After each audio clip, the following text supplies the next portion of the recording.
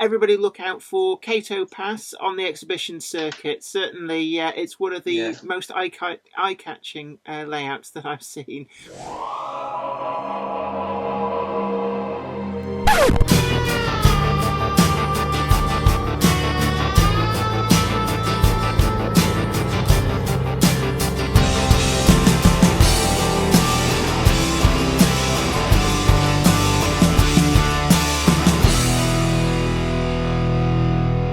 Off with, tell me a little bit about yourself. I know that you're basically quite a regular on the exhibition circuit with your layout Cato Pass, and I'm guessing that you're quite a recognisable person when people see you in the layout. Yeah, I suppose you could say that, because to demonstrate the science fiction steampunk model Cato Pass, I wear a steampunk costume, and the reason I chose a steampunk costume was because there are steampunk figures on the layout. On the upper surface, there's some science fiction characters, and the steampunk ones are much easier to make, so that's why I wear a steampunk costume.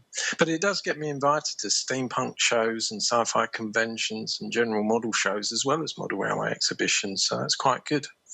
So what initially got you into steampunk? Was that something that you were in before railways, or did they mesh together over time, or did you start out with that theme? No, really. So what happened? I'll be honest with you here. Is a home truth now. I never ever owned a model railway as a kid. Shock horror. And in fact, I had Scalextric, Airfix, Balsa-Wood models, everything else.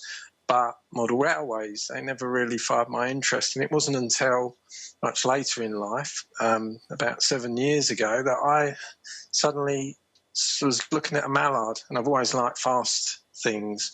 I thought, I've got to get a mallard because it's beautiful. It's my favourite colour. It just looks awesome. It's my favourite loco of all time. So I bought that. And then I started doing scale speed runs. And so I bought track. And then that one thing led to another. And I built a layout and then another layout. You know what the hobby's like. So the bug bit. And then it bit big time. And because I had never really grown up with model railways, but I'd always been a science fiction fan, within a few months I started to make science fiction steampunk style locomotives. So December 2012, I got into the hobby in 2012, March. By December I was making my first science fiction locomotive, and then I made some more, and then I made a little layout to go with that at my local model railway club. And from that, when we did the first show, we realised actually this is getting a lot of interest. And so that was how it started for me, really. I was always into science fiction, got into railways very late. Then naturally for me, science fiction was a natural blend. Of course, it's not normally for people because that's how they grow up with railways. And then when I built Cato Pass, I wanted a steampunk element in there as well, because that is the most natural fit between model railways and science fiction, I felt. So, the main detailed section of Cato Pass, it's an underground cavern, that is steampunk. And then on the upper surface, it's general science fiction models from Games Workshop, Warhammer figures, that sort of thing, Space Marines and Orcs. And I've blended the whole lot together. So it's a science fiction steampunk model railway demonstrating both styles. And that was really how the steampunk element evolved. So science fiction came first, growing up with that. Then in 2012 got into trains, and then steampunk was the natural blend. And it was October 2013 when Simon Kohler invited me to Hornby headquarters and said, I want to see what you're doing, Laurie. And we first discussed the idea then. Right. So it's actually been quite a long time in the making. I mean, I think a lot of people assume that model railway developments happen almost overnight, but I mean that's quite a long gestation period for this range. It is. It is. Well, bear in mind that just after that, things changed at Hornby in terms of the management. I don't know the full political situation there, so I can't really comment on it. But when those people left, and then Lyndon Davis and Tim Mulhall from Oxford Row came into Hornby as their new managers, they had a different outlook on things. They put it back on track, basically. And it was at that point, really, that things started to change. They brought Simon Kohler back to Hornby. Now, I'd always kept in touch with Simon, and I was explaining to him, look, I think I've got something here, because Cato Pass is really well liked at the shows. It's been in several magazines. I think it's 17 magazines now, mentioned or featured. It won a few awards as well, and I was doing more than one show a month. It's 4 years old. I've done 55 shows, so it's a very popular layout. And I was saying to Simon, I think there's something here. So, I'm going to keep mentioning it to you so that you know.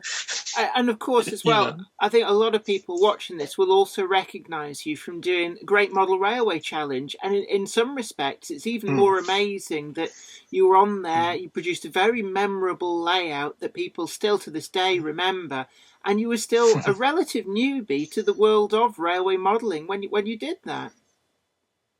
That's true, yeah. I've been a modeller since I was 4 years old, so I've been a modeller for a long while, but you're dead right. Yeah, I was new to model railways, and that's why I suppose my approach is quite different. If people watch my Calvert Film YouTube channel, there will a little plug there, hope you don't mind. No, that's fine.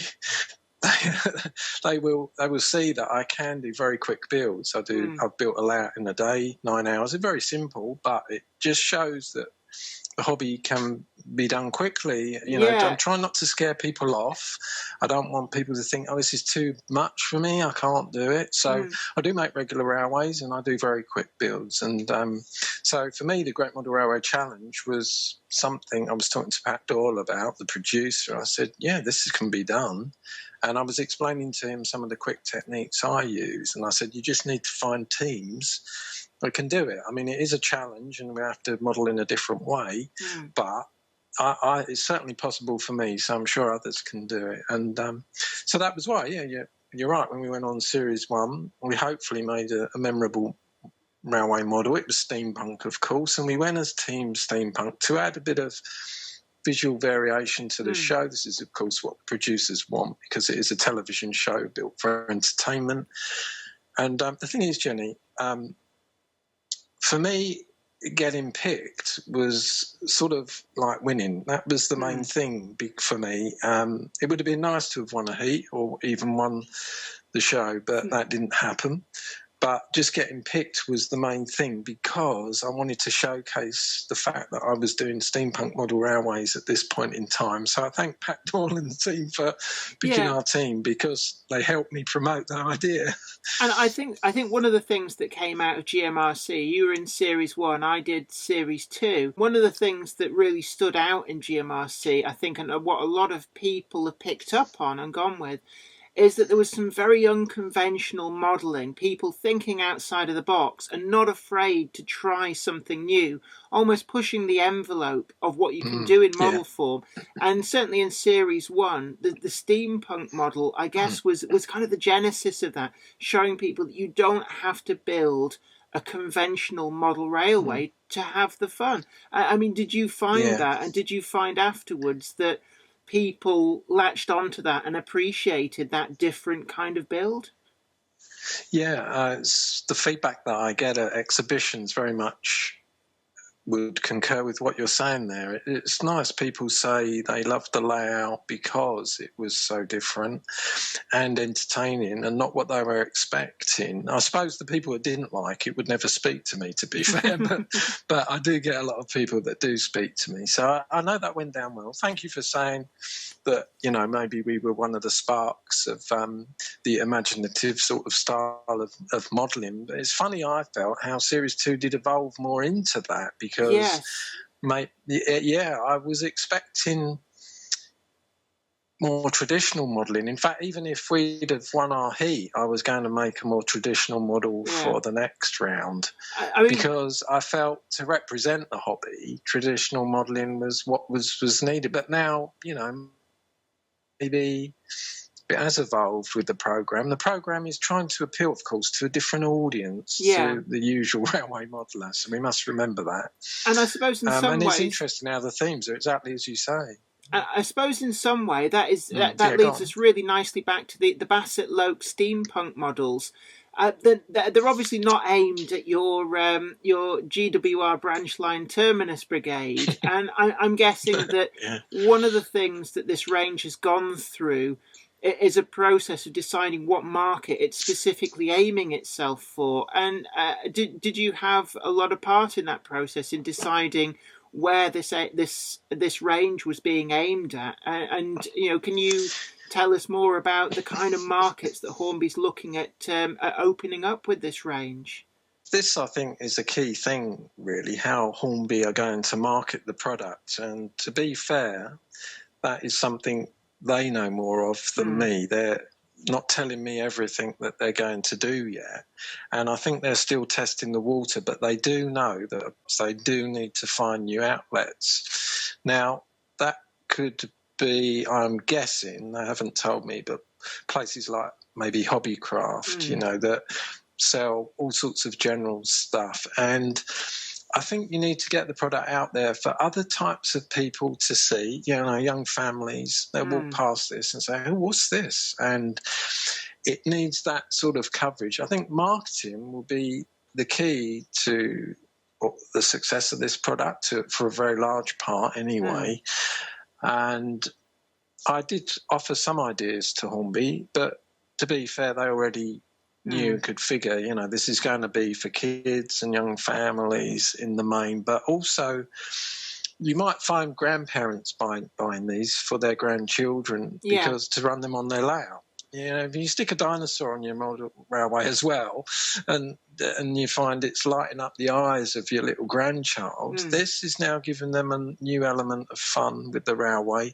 And then maybe you take these steampunk items off and you put on your regular trains, and it'll all just blend in the end, and they'll have a memorable experience. And so to answer your question, I wasn't that involved with the marketing. I think it will be key. And it will be interesting to see exactly what they do. With that in mind, they're attending a lot of toy fairs. I'm being invited to help promote the product with Hornby. So there's one at Olympia in January. It's the first one I'm going to. And there's also other toy fairs that I'm not going to in Nuremberg and over in America. So Hornby budget wouldn't stretch to that. I did actually see, because you've built a display layout, and you've actually done two. There's one for Europe and also one for America. So your model at least will be making it across the Atlantic. Oh, do you know, that was wonderful, because I made Lansdowne Manstonia, as it's called, a steampunk dockyard, 5 foot by 2 foot, fully automatic, 3 analogue lanes shuttling back and forth. And they loved it. They only asked, the brief was just to make a simple shunting yard.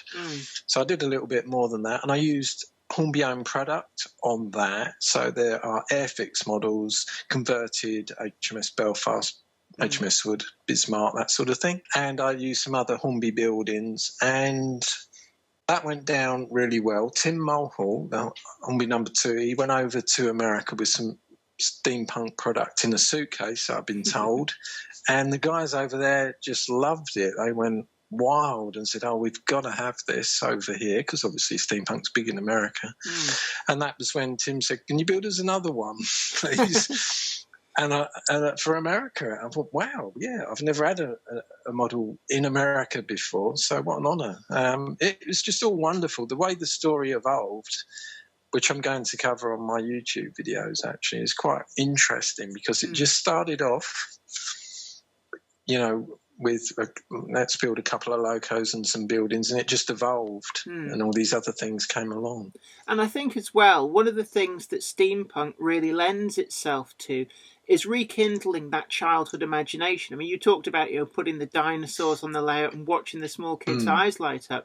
And in a way, steampunk, by freeing you from convention, does allow you more scope to be creative, to do things like, as you say, you know, kit bash, bringing in things of different scales, different periods, and, you know, some really way out stuff like dinosaurs. And, you know, in many respects, that's what I guess some of the critics have completely missed, is that this is a product that is aimed at more than just them. In fact, if anything, it's aimed at this whole other area of the market. And one of the things that when I've been looking at the criticism online, which I think has been deeply unfair about this, is it reminds me a lot about when Nintendo in the games market brought out the Wii console, and it was such a radically different approach. And what they found was that actually what conventional games platforms had considered the niche market was actually bigger than the regular market, and it became very successful because it was so different. And I get the feeling deep down that this is something which will bring people into the hobby who were never going to otherwise be in the hobby. You know, it's going to appeal to people who aren't railway modelers. And I hope so. Yeah, definitely. I mean, I think you've hit the nail on the head there, really, and this is where the marketing is key. As long as people see it, then it might fire up their interest. And, of course, dinosaurs weren't just thrown in as a random thing. They are part of the steampunk culture. And there is actually a narrative as well that I've developed for these models, because when you think about it, normal model railways have a natural narrative. We all know the story of railways, and you can look that up. But these models, if they were just presented to you, you'd think, hang on, what's this all about? So they did need a bit of storyline. And what I've decided to do was echo the locomotive races of the 1930s. So the idea is these locomotives race to go the fastest in order to deliver tea, because tea is a big thing in the steampunk world. They want the tea fast. So, you know, you've got your Earl Grey and your Darlesian tea being transported as quickly as possible from across the world. And so that is the backstory. And that also gave a reason for the building. So some of the buildings, one of them's a tea factory, another one is a dinosaur stud farm, another one is a time travel holidays, because time travel is part of steampunk as well. The Time Machine is very much a sort of steampunky style movie. And it was important to make sure everything blended together and had some sort of sense, because otherwise it would just all be too random. And I hope people can appreciate that. There is some effort put in. Also, another guy called Kit Cox, he's a steampunk writer. And I said to Hornby, can we get him on board, someone who writes steampunk, to really flesh out my storyline? And he's come up with some other wonderful ideas. So each of these locomotives are designed by different groups of people. So Leander is the big, powerful one, designed by a group of guys who work in scrapyards. The Fast, Sleek, Fearless is designed by the steampunks with a bit more finesse. And then you've got a group of ladies that have designed the diesel punk, jet-powered Rogue. And I think it just, between us, we've put a lot of effort into this and hopefully made it interesting for people. You know, it's funny to read on the forum, some people think this is an April Fool's joke. They really are too purists. They're not getting it at all. They need to I'll be honest, outside the box a bit. I'll be honest. It's something that whenever something that's different from the mainstream comes up, it's the same people do fire it, because we had that with Biggest Little Railway, saying that it was a waste of time and nobody would watch it, and actually it was very successful.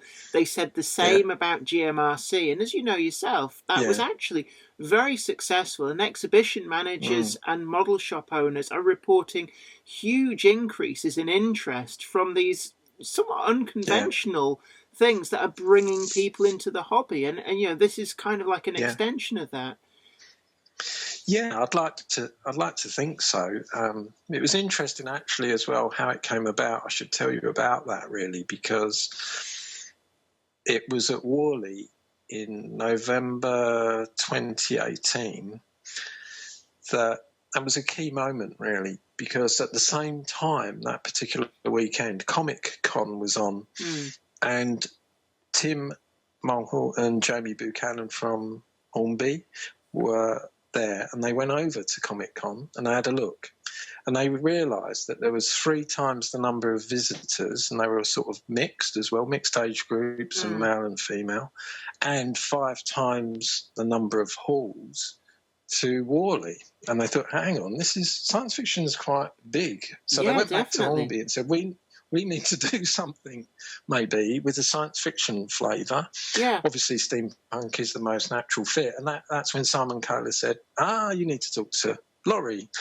And so it was the 5th of March 2019. I got an email, it was a red letter day for me, from Tim saying, could you come and talk to us, Laurie? We're thinking about doing a steampunk range for 2020, 2021, and we'd like to see what you're doing.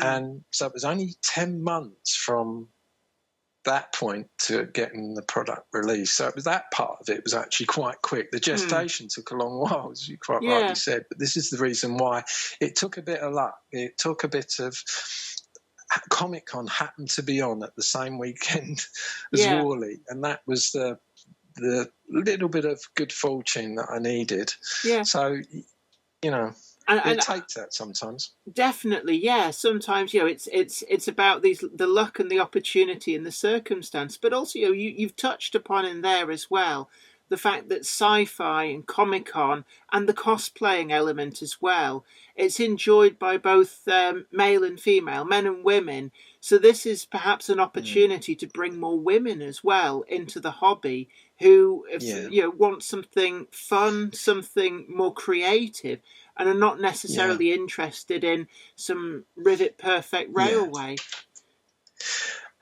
That's one interesting point, actually, because I know that was one of the key things about the Great Model Railway Challenge was that they wanted to get more females involved. Our team was meant to be 50-50 female. In the end, it was 2 ladies and 4 gentlemen, but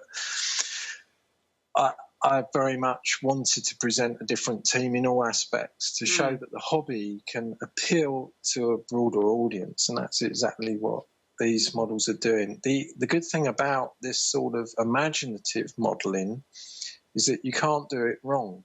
So this is one other thing I think which is good about this particular range, is that kids shouldn't be scared, or adults for that matter, about modelling it wrong.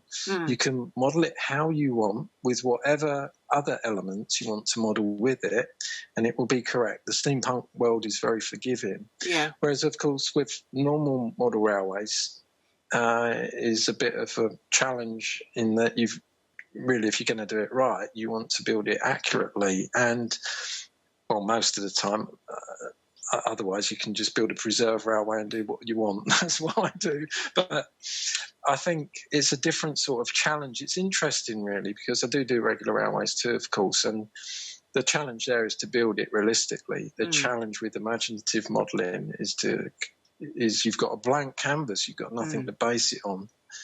So now you've got a new set of challenges, you've got to think of something, but the good thing is you can't do it wrong. And hopefully that will inspire some people to have a go and not be scared off. So I think Hornby are being very clever here because they're offering another product up which gives other options. It's not trying to replace anything, it's just an additional product.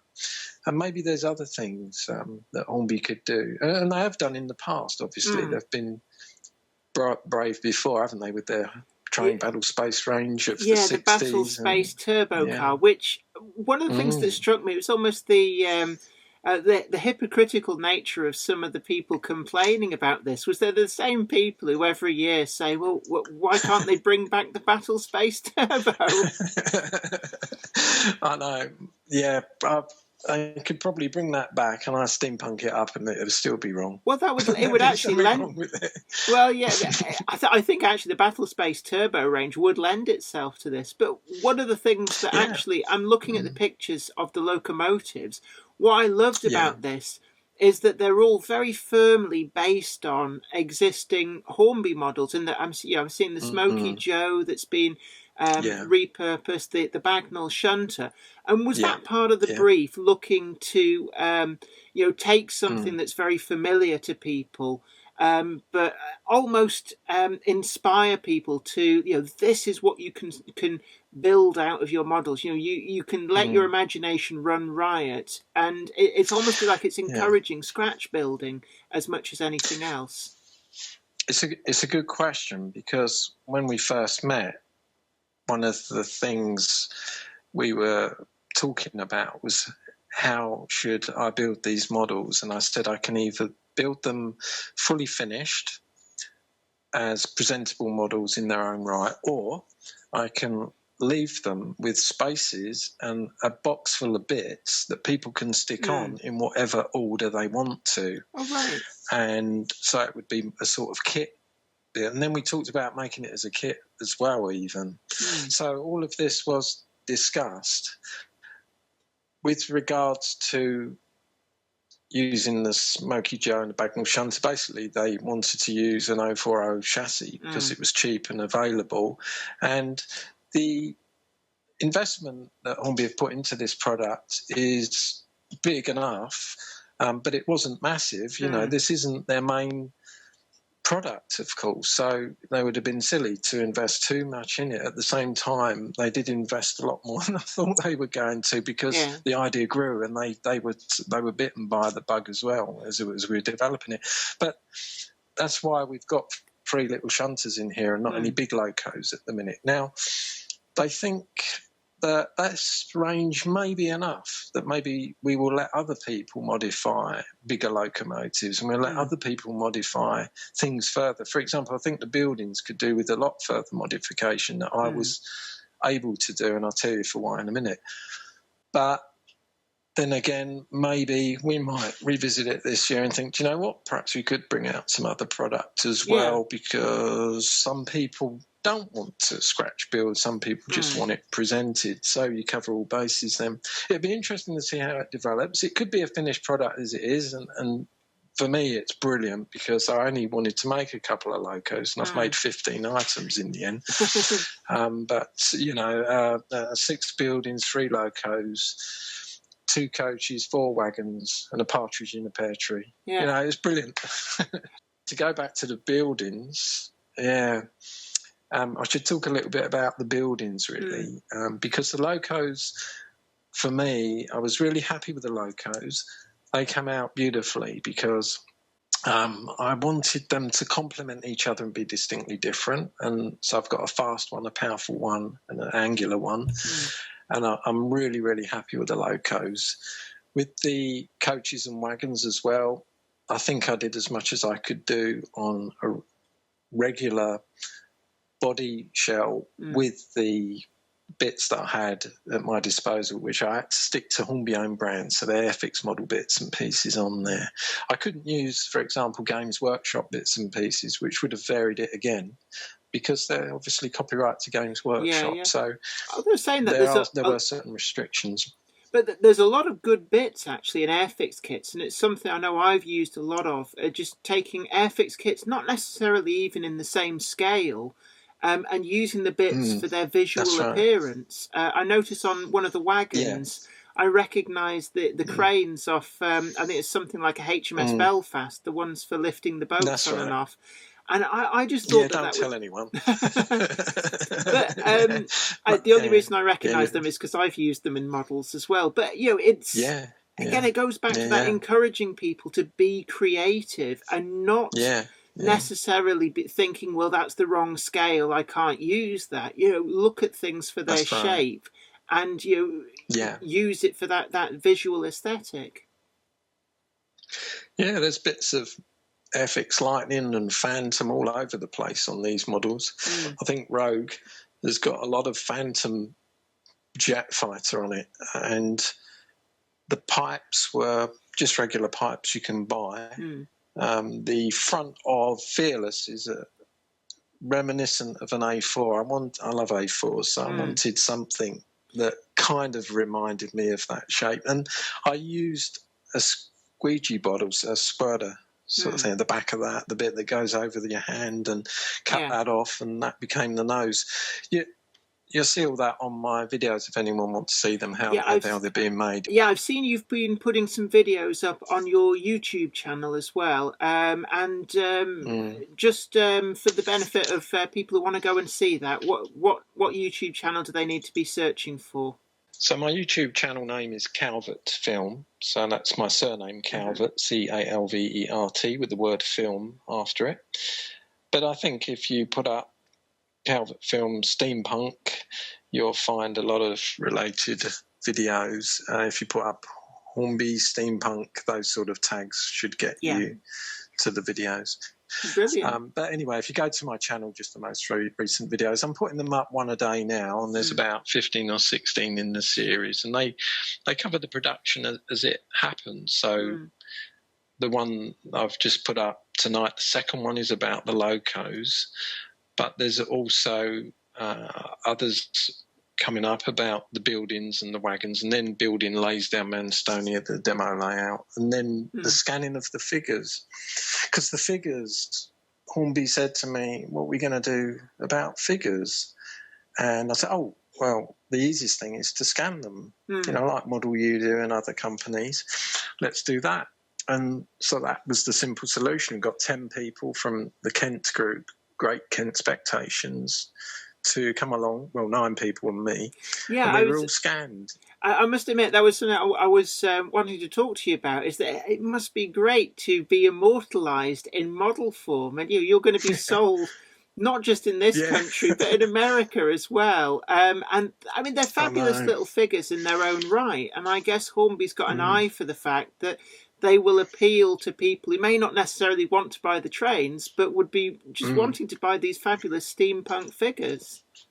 Yeah, that's true. We don't yet know exactly who's going to buy what. They're also selling other items like cogs and gears, and they may branch out into selling other things. I mean, obviously that was an element I didn't design, but I did hear them. They did discuss that with me. What do you think? Should we sell those sort of things? And one of the other things they're selling are paints, and they actually asked me to choose the colours from their range. And now anyone could have done that, really. It was really nice of Hornby to ask me, what would you choose? And I spent some time trying to pick boxes of colours that were typical sort of steampunk colours that complement each other. I think that was one thing I must give credit to Hornby for, in that they did listen to my ideas, and it was really refreshing. Maybe because they didn't know much about steampunk themselves, but that's why we went along to a steampunk event in April, and I introduced Jamie to the world of steampunk there. Because it's all part of the research, really. One other thing about the buildings was, obviously, I was restricted to existing Hornby products, and it had to fit in the box. But if I was given free rein, what I would have liked to have done maybe is something a bit Tudor style, maybe several floors high, leaning, a bit top heavy, a bit Cat in the Hat style, maybe leaning over, being supported by poles, lots of pipes on it, and pipe work and engine detail built into the building. So if you can imagine that was what was in my head. And what you have to work with is product that's already there. So certain compromises obviously have to be made. There wasn't the budget or the time to make things bespoke completely from scratch. So people need to just understand that, we're making this within certain restrictions. There's always restrictions, whatever model you're making. But the buildings, I think, were the most restricted, but the locos, coaches and wagons, I'm really happy with. So it was only about April when I took all of the finished items to them. It was a really quick month and a half of effort to get, because these things had to be made fast, and even now they're not going to be released till April 2020. So what method of construction are they? Are they actually things like the locomotive bodies? Are they plastic injection moulded, or has Hornby gone for a different approach with these? Yeah. So it's different with these. They're going to be resin bodies. It gives them a bit of weight. And it was also, I think, a simpler form of production for a sort of production run that would suit this type of model. Now, they may vary that in future because it had issues of its own doing it this way. I don't know all of them. I'm just getting a little bit of feedback from Jamie. So if we were to do anything again, it may actually change a bit. But these are actually going to be resin models. The wagons are also resin. So they're quite thick walls. But it doesn't matter with a science fiction or steampunk locomotive. They can be whatever thickness you want, obviously. Right. And it was funny because these models were made in Hong Kong, and I was getting some pictures back. Jamie was very kindly showing me, let me be part of the process and saying, do you approve this? What do you think of this? And they were saying, we're going to have to widen the body of the loco by a couple of millimetres because we can't fit the engine in, that sort of thing. Is this okay? And of course, it's fine with a steampunk model. It really doesn't matter, It's accurate, whatever we do. It's 100% spot on. So, everything I went back, it's fine, just do it. And if you look very carefully at my videos, some of the locos, like Leander, had a lot more pipes on than what they've ended up with. They've had to take bits off because the casting and moulding process wasn't happy with having lots of undercuts and so on.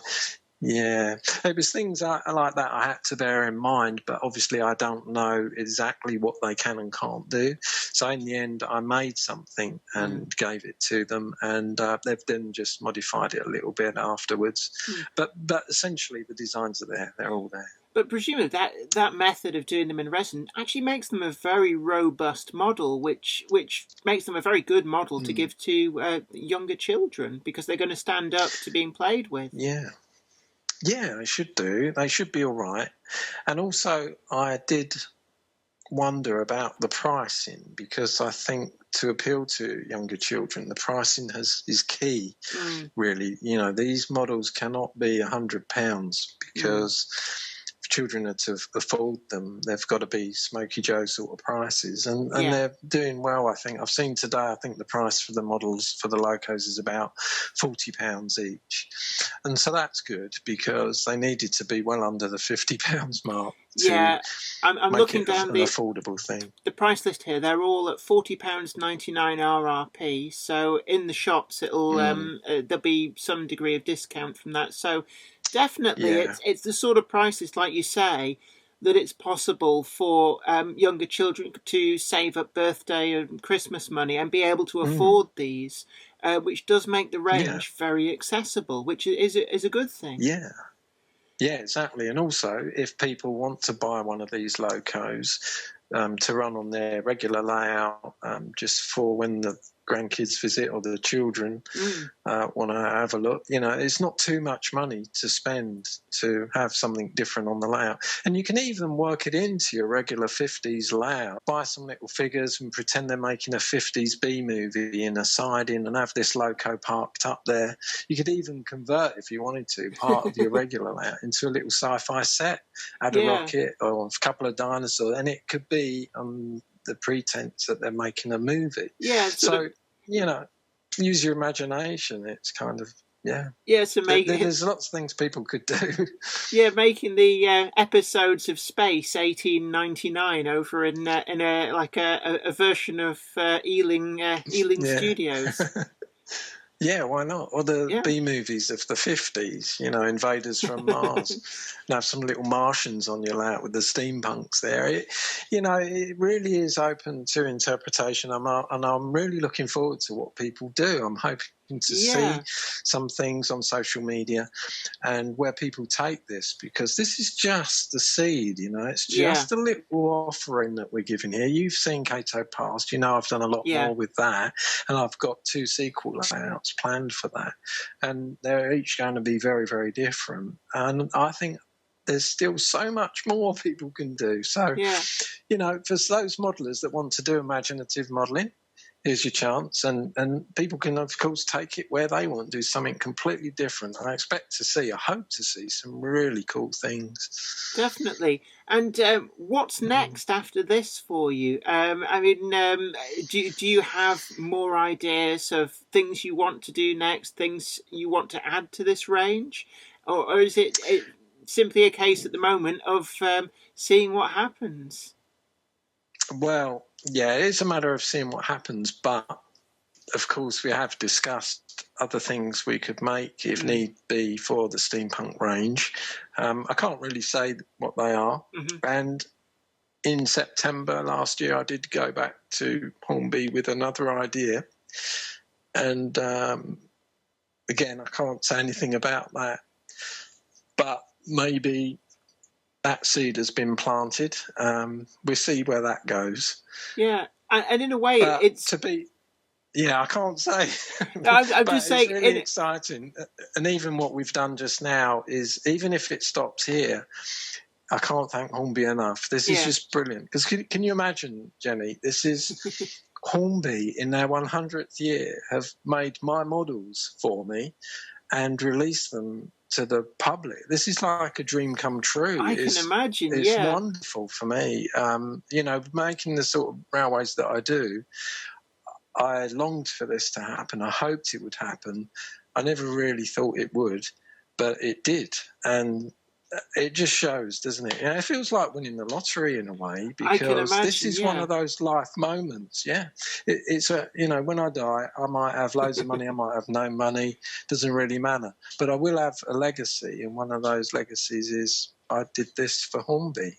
Yeah, it's just great. It is an amazing thing, and you know, long may it continue. And hopefully, this steampunk collection will be very successful. I mean, it does take Hornby a little bit back to back in the 1970s when play value was king. You know, we've talked about the Battlespace Turbo, but there was other things like the giraffe car, the exploding TNT car. So you know. There's been very successful things in Hornby's past, and in a centenary year, something like this is what Hornby needs, you know, to think outside the box, to bring something radical to the market, and they've certainly delivered with this.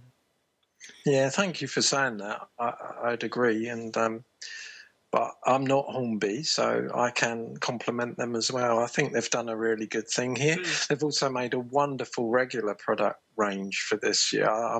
There's so many things like regular trains I want to buy as well. But this is just one of those little extra tricks. It's something they've thrown in, a curved ball, if you like.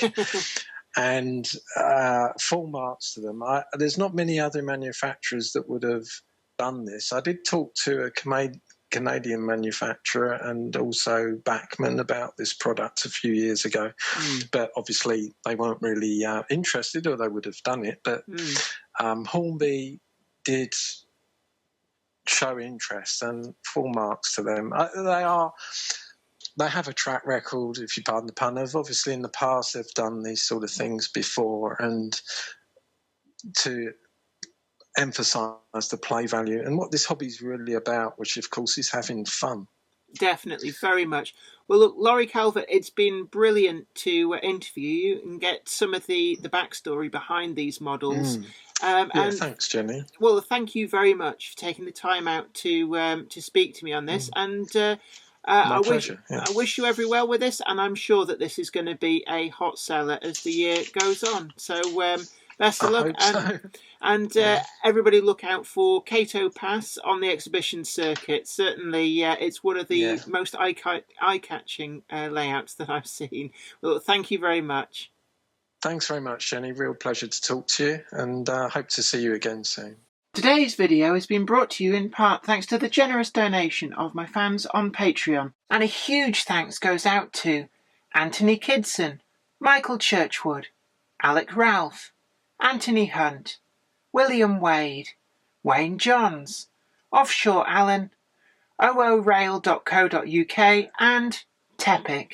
Today's video has been brought to you by my books, Bringing Home the Stars, Twinkle Little Star, and also you can get the complete comic collections of All Over the House, Books 1, Books 2, and also the wacky zany Life of Knobty Mouse. Thanks, and catch you later.